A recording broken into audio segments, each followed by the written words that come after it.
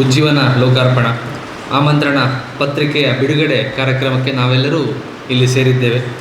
ಇಂದಿನ ಕಾರ್ಯಕ್ರಮದ ವಿಶೇಷವಾಗಿ ನಮ್ಮ ಉಜ್ಜೀವನ ಲೋಕಾರ್ಪಣ 21 ನಮ್ಮ ಉಜ್ಜೀವನ ಬಡಾವಣೆ ಹಿರಿಯ ನಾಗರಿಕರಿಗಾರಿಗೆ ವಿಶೇಷವಾಗಿ ಎಲ್ಲ ರೀತಿಯ ಸೌಕರ್ಯಗಳನ್ನು ರೆಡಿ ಮಾಡ್ತಾ ಇದ್ದೇವೆ. ಹಾಗೆ ಅದರ ಬಗ್ಗೆ ಒಂದು ಮಾತು ಹೇಳೋದಾದರೆ, ಹಿಯರ್ ಎಂಡ್ಸ್ ದ ವೇಟ್ ಅಂತ ಒಂದಿಷ್ಟು ಸಮಯಗಳಿಂದ ಅದರ ಪೂರ್ವ ತಯಾರಿಗಳು ನಡೀತಾ ಇದೆ.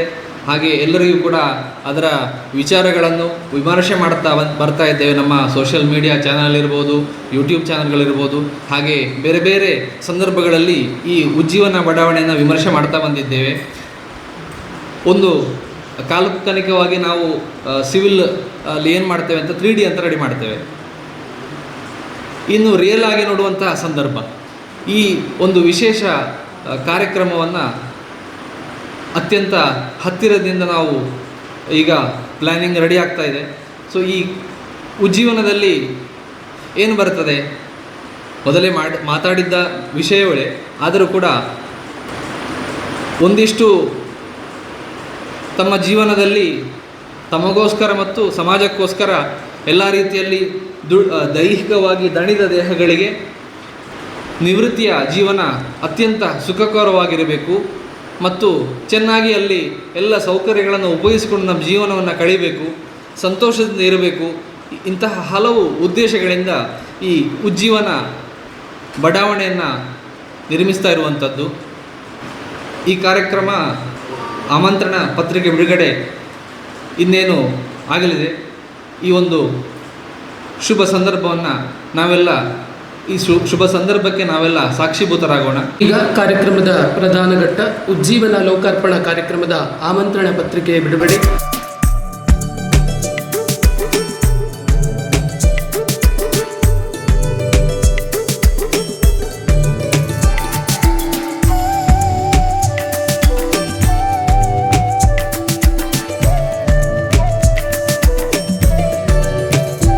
ಉಜ್ಜೀವನ ಹಿರಿಯ ನಾಗರಿಕರ ಈ ಬಡಾವಣೆಯ ಲೋಕಾರ್ಪಣಾ ಕಾರ್ಯಕ್ರಮದ ಆಮಂತ್ರಣ ಪತ್ರಿಕೆಯ ಬಿಡುಗಡೆ ಕಾರ್ಯಕ್ರಮದಲ್ಲಿ ಇಲ್ಲಿಯ ವೇದಿಕೆಯಲ್ಲಿರುವಂಥ ದ್ವಾರಕ ಸಮೂಹ ಸಂಸ್ಥೆಗಳ ಅಧ್ಯಕ್ಷರಾದಂಥ ನಮ್ಮ ಆತ್ಮೀಯರಾದಂಥ ಶ್ರೀಯುತ ಗೋಪಾಲಕೃಷ್ಣ ಭಟ್ ಅವರೇ, ಅನೇಕ ಬಡಾವಣೆಗಳು ಅಭಿವೃದ್ಧಿಗೊಳ್ಳುವುದು, ಲೋಕಾರ್ಪಣೆಗೊಳ್ಳುವುದನ್ನು ನಾವು ನೋಡಿದ್ದೇವೆ. ಆದರೆ ಇದೊಂದು ವಿಶಿಷ್ಟವಾದಂಥ ಬಡಾವಣೆ. ಗೋಪಾಲಕೃಷ್ಣ ಭಟ್ ಅವರ ಕಲ್ಪನೆಯಂತೆ ಹಿರಿಯ ನಾಗರಿಕರಿಗಾಗಿ ಮಾಡುತ್ತಿರುವಂಥ ಒಂದು ವಿಶೇಷ ಬಡಾವಣೆ. ಉಳಿದ ಮನೆಗಳಿಗಿಂತ ಹಿರಿಯ ನಾಗರಿಕರು ಇರುವಂಥ, ಮುಖ್ಯವಾಗಿ ಕೇವಲ ಹಿರಿಯ ನಾಗರಿಕರು ಮಾತ್ರ ಇರುವಂಥ ಮನೆಗಳಿಗೆ ಖಂಡಿತ ವ್ಯತ್ಯಾಸ ಇದೆ. ಯಾಕಂತ ಹೇಳಿದರೆ, ಇಳಿ ವಯಸ್ಸಿನಲ್ಲಿ ನಮ್ಮ ಶರೀರ, ನಮ್ಮ ಮನಸ್ಸು ಹೇಳಿದಾಗೆ ಕೇಳುವುದಿಲ್ಲ. ಅದಕ್ಕಾಗಿ ಸ್ವಲ್ಪ ವಿಶೇಷ ಜಾಗೃತಿ ವಹಿಸಬೇಕಾಗ್ತದೆ. ಮುಖ್ಯವಾಗಿ ಇಳಿ ವಯಸ್ಸಿನವರಿಗೆ ತೊಂದರೆಗಳು ಕಂಡುಬರುವುದಂತ ಹೇಳಿದರೆ, ಅವರ ಕೈಕಾಲುಗಳು ನೋವುಗಳು, ಗಂಟುಗಳು ಬಗ್ಗುವುದಿಲ್ಲ. ಉಳಿದವರಂತೆ ಅವರಿಗೆ ಮೇಲೆ ಕೆಳಗೆ ಹತ್ತಲಿಕ್ಕೆ ಆಗೋದಿಲ್ಲ.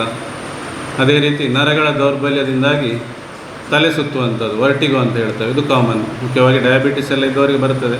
ಯಾವುದೇ ಕಾಯಿಲೆ ಇಲ್ಲದವರಿಗೂ ಸಹ ಪ್ರಾಯ ಹೋದಾಗ ನರಗಳ ಈ ಕಾಲಿನಲ್ಲಿರೋ ಸ್ಪರ್ಶ ಜ್ಞಾನ ಕಮ್ಮಿಯಾಗಿ ಅವರ ಕಾಲು ಎಲ್ಲಿ ಉಂಟು ಅಂತ ಅಂದಾಜಾಗೋದಿಲ್ಲ. ಅದರಿಂದ ನಾವು ತುಂಬ ಸಲ ನೋಡ್ತೇವೆ ಇಳಿ ವಯಸ್ಸಿನವರು ಮನೆಯಲ್ಲಿ ಬಿದ್ದು ಬರುವಂಥದ್ದು. ಮುಖ್ಯವಾಗಿ ರಾತ್ರಿ ಹೊತ್ತು ಎದ್ದು ಹೋಗುವಾಗ ಟಾಯ್ಲೆಟಲ್ಲಿ ಇರ್ಬೋದು, ಅಥವಾ ಟಾಯ್ಲೆಟಿಂದ ಬರುವಾಗ, ಸ್ನಾನ ಮಾಡುವಾಗ ಕಣ್ಣು ಮುಚ್ಚಿದಾಗ ಅವರಿಗೆ ತಲೆ ಸುತ್ತಿ ಬಿಡ್ತದೆ, ಬಿದ್ದು ಬಿಡ್ತಾರೆ. ಆಗ ಫ್ರ್ಯಾಕ್ಚರ್ ಆಗಿ ಬರುವಂಥದ್ದು ತುಂಬ ನಾವು ವೈದ್ಯನಾಗಿ ನಾನು ಆಸ್ಪತ್ರೆಯಲ್ಲಿ ಕಾಣುವಂಥದ್ದು.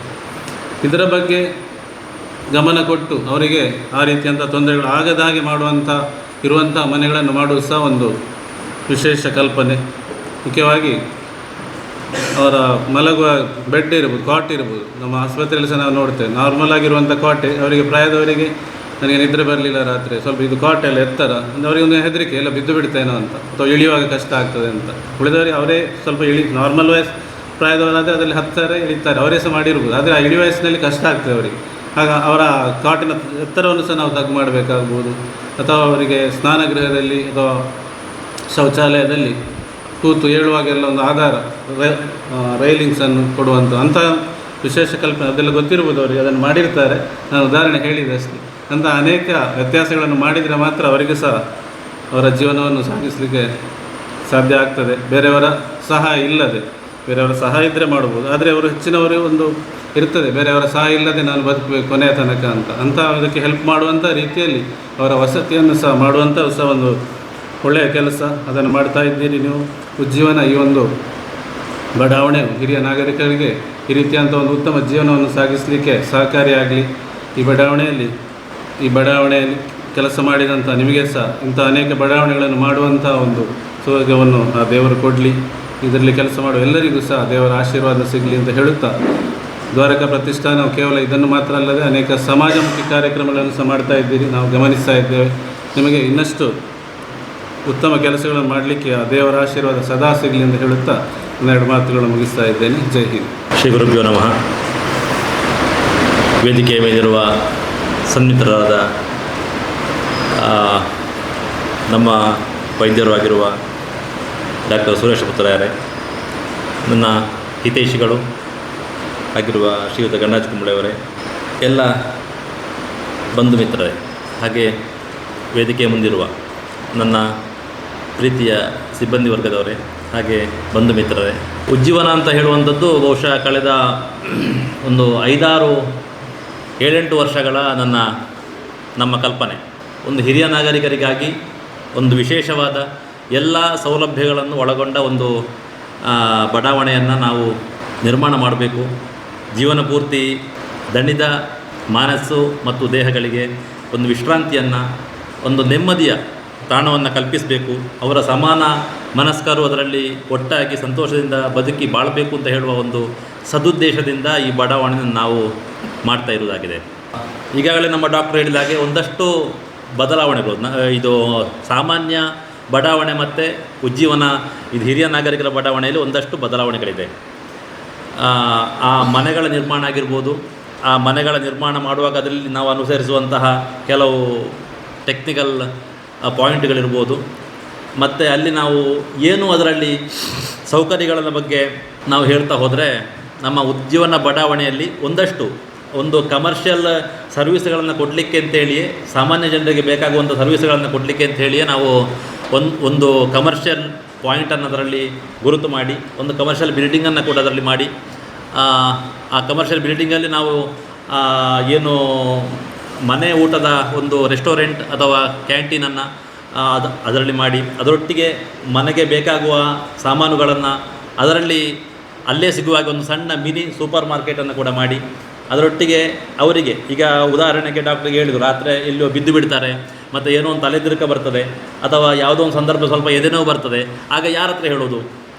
ಒಟ್ಟಿಗೆ ಯಾರೂ ಇಲ್ಲ, ಒಬ್ಬನೇ ಇದ್ದಾರೆ, ಗಂಡ ಇರೋದಿಲ್ಲ ಅಥವಾ ಹೆಂಡತಿ ಇರೋದಿಲ್ಲ, ಇಂಥ ಸಂದರ್ಭದಲ್ಲಿ ಯಾರ ಹತ್ರ ಹೇಳೋದು ಅಂತ ಹೇಳುವ ಸಂದರ್ಭ ಬರುವಾಗ ನಾವು ಅದಕ್ಕೋಸ್ಕರ ಒಂದು ಮನೆಯಲ್ಲಿ ಒಂದು ಕಾಲ್ ವ್ಯವಸ್ಥೆಯನ್ನು ಅಥವಾ ಒಂದು ಬೆಲ್ ವ್ಯವಸ್ಥೆಯನ್ನು ಮಾಡಿರ್ತೇವೆ. ಅವರಿಗೆ ಎಲ್ಲಿ ಅವ್ರದ್ದು ಬೆಡ್ ಇದೆ, ಅವರ ಬೆಡ್ಡಿನ ಹತ್ರ ಒಂದು ಬೆಲ್ ವ್ಯವಸ್ಥೆ, ಅಥವಾ ಅವರ ಬಾತ್ರೂಮಲ್ಲಿ ಒಂದು ಬೆಲ್ ವ್ಯವಸ್ಥೆ, ಎಲ್ಲಿ ಬೀಳ್ತಾರೆ, ಎಲ್ಲಿ ಬೀಳುವ ಸ್ಲಿಪ್ಪರ್ ಇರುವ ಜಾಗ ಇದೆ, ಎಲ್ಲಿ ಬೀಳ್ಬೋದು ಅವರು, ಅಥವಾ ಎಲ್ಲಿ ಅವರಿಗೆ ಕಷ್ಟ ಇರ್ಬೋದು, ಅಂಥ ಸಂದರ್ಭದಲ್ಲಿ ಅಂಥ ಪಾಯಿಂಟ್ಗಳಲ್ಲಿ ಒಂದೊಂದು ಅಲ್ಲಿ ಯಾರು ಕೇರ್ ಟೇಕರ್ ಇದ್ದಾರೆ, ಅಲ್ಲಿ ಯಾರು ಡಾಕ್ಟರ್ ಇದ್ದಾರೆ, ಅಲ್ಲಿ ಯಾರು ಅವರನ್ನು ನೋಡಿಕೊಳ್ಳುವವರಿದ್ದಾರೆ, ಅವರಿಗೆ ಆ ವಿಷಯಗಳು ಗೊತ್ತಾಗುವ ಹಾಗೆ ಅಥವಾ ಗೊತ್ತಾಗಲಿಕ್ಕೋಸ್ಕರ ನಾವು ಅಲ್ಲೊಂದು ವ್ಯವಸ್ಥೆಯನ್ನು ಕೂಡ ಮಾಡಲಿಕ್ಕಿದ್ದೇವೆ. ಅಂದರೆ ಯಾವುದೇ ಸಂದರ್ಭದಲ್ಲಿ ಅವರಿಗೆ ಭದ್ರತೆಯ ಜೀವನವನ್ನು ಕಲ್ಪಿಸಲಿಕ್ಕೋಸ್ಕರ ಈಗ ಎಷ್ಟೇ ವ್ಯವಸ್ಥೆ ಇದ್ದವನು ಕೂಡ, ಎಷ್ಟೇ ಹಣವಂತಾದರೂ ಕೂಡ ಮನೆಯಲ್ಲಿ ಡಾಕ್ಟ್ರನ್ನ ಇಟ್ಟುಕೊಳ್ಳಿಕ್ಕೆ ಆಗೋದಿಲ್ಲ. ಯಾವ ಒಂದು ಸಂದರ್ಭದಲ್ಲಿ ಅವರಿಗೆ ಅದು ಸುಲಭ ಸಾಧ್ಯವಾದ ವ್ಯವಸ್ಥೆ ಅಲ್ಲ.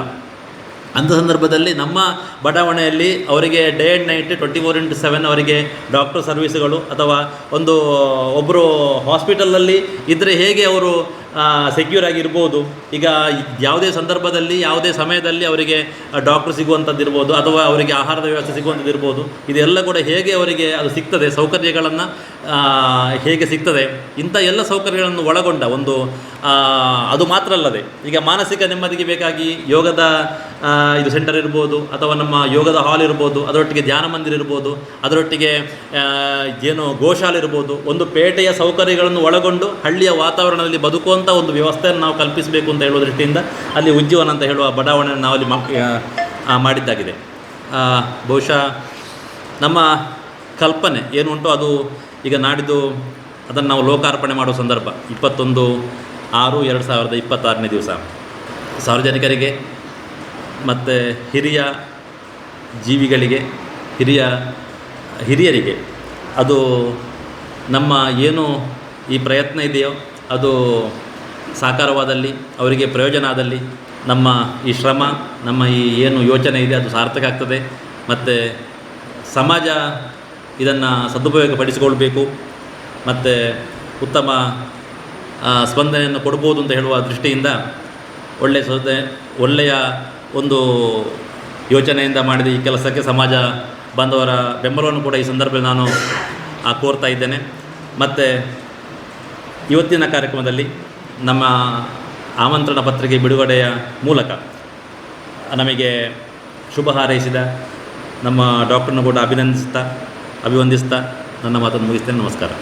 ಅವತ್ತು ನಮ್ಮ 21ನೇ ತಾರೀಕಿನ ದಿವಸ ಪ್ರಮುಖ ಆಕರ್ಷಣೆ ಅಂತ ಹೇಳಿದರೆ ನಮ್ಮ ಅಂತಾರಾಷ್ಟ್ರೀಯ ಖ್ಯಾತಿಯ ಸಂಗೀತಗಾರ ರಾಹುಲ್ ವೆಲ್ಲಾರ್, ನೀವೆಲ್ಲ ಕೇಳಿರ್ಬೋದು ರಾಹುಲ್ ವೆಲ್ಲಾರ್ ಹೆಸರನ್ನಲ್ವಾ, ಅವರ ಸಂಗೀತ ಕಚೇರಿ ಕೂಡ ಸಂಜೆ ಗಂಟೆ 6ರಿಂದ 8ರವರೆಗೆ ನಡೀಲಿಕ್ಕಿದೆ. ಸಭಾ ಕಾರ್ಯಕ್ರಮ ಕೂಡ ಇದೆ. 3:30ಯಿಂದ ಕಾರ್ಯಕ್ರಮ ಶುರುವಾಗ್ತದೆ. ಬಹುಶಃ ಕಾರ್ಯಕ್ರಮ ಪಟ್ಟಿ ನೀವು ನೋಡಿರ್ಬೋದು. 3:30ಯಿಂದ ಸಭಾ ಕಾರ್ಯಕ್ರಮ ಇರ್ತದೆ. ಒಂದಷ್ಟು ನಮ್ಮ ಯಾರು ಅಲ್ಲಿ ಮನೆ ಖರೀದಿ ಮಾಡಿರ್ತಾರೆ ಅವರನ್ನು ಗೌರವಿಸುವ ಕಾರ್ಯಕ್ರಮ ಇರ್ತದೆ. ಅದರೊಟ್ಟಿಗೆ ಭಕ್ತಿ ಸಂಗೀತ ಕಾರ್ಯಕ್ರಮ ಕೂಡ ಇರ್ತದೆ. ಎಲ್ಲ ಕಾರ್ಯಕ್ರಮಕ್ಕೆ ಸಾರ್ವಜನಿಕರು ನೀವೆಲ್ಲ ಸಮಯಕ್ಕೆ ಬಂದು ಆ ಕಾರ್ಯಕ್ರಮವನ್ನು ಯಶಸ್ವಿಗೊಳಿಸಬೇಕು ಅಂತ ಕೂಡ ಈ ಸಂದರ್ಭದಲ್ಲಿ ಕೇಳಿಕೊಡ್ತೇನೆ. ನಮಸ್ಕಾರ.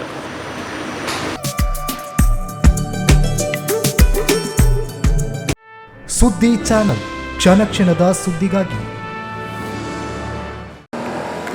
That's my gadget. Let's go have some fun then.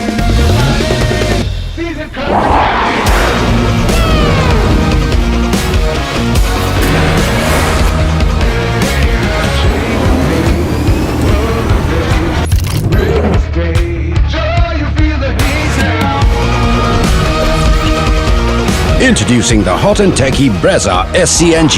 Cool new SCNG tech for a cool new generation.